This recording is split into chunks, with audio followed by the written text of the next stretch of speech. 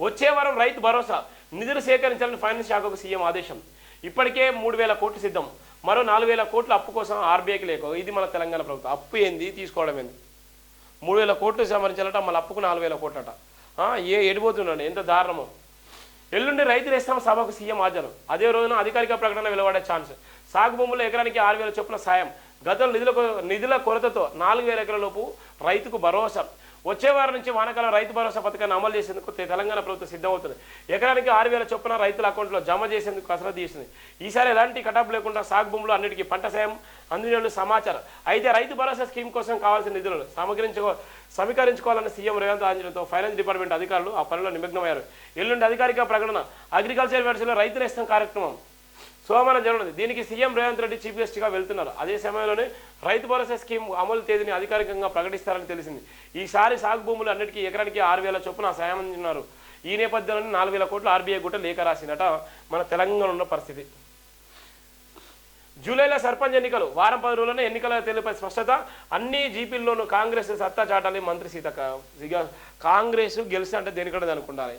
ఇప్పటికే ఉన్నటువంటి జీపీలు కాదక్క, ఇక మీ జూటా మాటలు ప్రభుత్వాలు మీ మాటలు నమ్మేలని పరిస్థితున్నారు. ఒకప్పుడు నిజంగా కాంగ్రెస్ పార్టీ అంటే ప్రతి ఒక్కరూ మెడ అంటే తొడగోసుకునే నేపథ్యం ఉంది. ఇలా మెడ కాదుగా తొడగోసుకునే నేపథ్యం లేదు. ఇచ్చినటువంటి హామీలు ఎక్కడేసిన హామీలు అక్కడనే ఉన్నాయి. ఇవాళ ఉన్నటువంటి జనంలోకి ఇవాళ కాంగ్రెస్ పార్టీ 10 నెలలోనే ఇవాళ పబ్లిక్లో పోలేనటువంటి పరిస్థితి ఉంది. ఇలా ఎవడి పాలయ్యిందో తెలంగాణ అంటే దొరల పాలైంది, దొరల పాలతో రెడ్డిల పాలన అయిపోయిందనే నేపథ్యం ఉంది. ఇలా అణచివేత బలంగా ఉన్న నేపథ్యం ఉంది. ఎప్పుడో జరగాల్సినటువంటి స్థానిక ఎన్నికలు ఇప్పటి వరకు కూడా జరగలేదు. ప్రభుత్వ అధికారుల కనసందర్లో జరిగేటువంటి నేపథ్యం ఉంది. ప్రభుత్వ అధికారులే మీదేసుకొని ఇలా స్పెషల్ పాలన చేస్తున్నారు. ఆ ప్రభుత్వ అధికారులు కూడా ఇలా దిక్కుదోసినటువంటి దౌర్భాగ్య పరిస్థితులు. జూలైలో సర్పంచ్ ఎన్నికలట. స్థానిక పోరుకు ముందే నామినేట్ పోస్టులు పడతాయి. ఇక స్థానికలు ఇది అయిపోయింది. నెక్స్ట్ అది స్థానిక పోరుకు ముందే నామినేట్ పోస్టులు పడతాయి.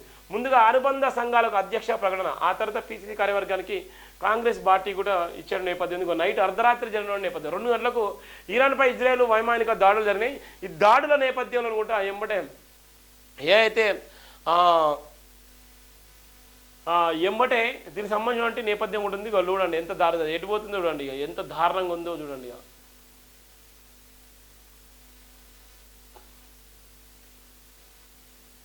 పాప నేడు గద్దర్ అవార్డులు ఎంత దారుణం. నేడు గద్దర్ అవార్డుల ప్రధానం. హైటెక్ వేదికగా సాయంత్రం 6 గంటలకు సీఎం రేవంత్, మంత్రులు, సినీ ప్రముఖులు హాజరు. విజయవంతం చేయాలి ఎఫ్డిఎఫ్ చైర్మన్ దిల్రాజు. ఒక పక్కన దిల్రాజు రెడ్డి ఆయనే ఒక రెడ్డి సామాజిక వర్గానికి సంబంధించిన వ్యక్తి. గద్దర్ అవార్డులు ఇస్తారంటేనే చాలామంది ఆబ్జెక్షన్ చేశారు. గద్దర్ అవార్డులు ఎందుకు, గద్దర్ అవార్డులు ఎందుకని. గద్దర్ అవార్డులు ఇచ్చే క్రమంలోనే గద్దర్ ఫోటో లేకుండా, గద్దర్ అవార్డులు ఇచ్చే నేపథ్యంలోనే గద్దర్కి సంబంధించినటువంటి లేకుండా పేరు మాత్రం గద్దర్ పెట్టిలో ఆ ఫోటో పెట్టలేదు. సోషల్ మీడియాలో వైరల్ కావడంతో ఎంబటే గద్దర్ ఫోటో పెట్టిన నేపథ్యం ఉంది. ఇది వివక్షత అంటే చూడండి. ఎంత పెద్ద తోపైనా, ఎంత పెద్ద తురుమైనా, ఎవరిపైన కూడా ఎస్సీలు అంటే ఎంత వివక్ష ఉంటుందో చూడండి. గద్దర్ లాంటి వ్యక్తి ఒక గొప్ప వ్యక్తి, ఒక బాబాసాహెబ్ అంబేద్కర్ వారసుడు, ఒక బుద్ధిస్టు. ఎన్నో త్యాగాలు చేసిండు, జీవితాన్ని అర్పించండి సమాజం కోసం. ఆయన బుల్లెట్లు కూడా చనిపోయేటప్పుడు కూడా బుల్లెట్లు కూడా దిగమింగుకొని కూడా బుల్లెట్లతోనే జీవితాన్ని కూడా తృణప్రాణంగా వదిలేసుకున్నాడు. అలాంటి వ్యక్తి గద్దర్ అవార్డులు ప్రకటించింది మీరు. గద్దర్ అవార్డులు ప్రకటించి ఇలా ఉన్నటువంటి గద్దర్ ఫోటో లేకుండా అవార్డులు ఇచ్చేటువంటి ఏ కార్యక్రమం అయితే ఉందో అది సోషల్ మీడియా ద్వారా బయటకు రావడంతో దాని మీద అందరూ స్పందించని వెంటనే ఇవాళ ఉన్నటువంటి అవార్డుల మీద గద్దర్ ఫోటో ఇచ్చి ఇలా ఇచ్చేటువంటి నేపథ్యం అంటే ఏ విధంగా వివక్షత ఉందో మనం చూస్తున్నాం. ప్రతి విద్యార్థికి నాణ్యమైన విద్యను అందించాలి. ఎక్కడ అందిస్తాం ప్రతి విద్యార్థికి? ఇది అన్ని డూబ్ మాటలు అవన్నీ. ఇది జైవిన్ దినపత్రికలో ఉన్నటువంటి ప్రధాన వార్త. దయచేసి ప్రతి ఒక్కరు కూడా జైవిన్ ఛానల్ సబ్స్క్రైబ్ చేసుకోండి, షేర్ చేయండి, విలువైన comment. Thank you so much Jai Bhim.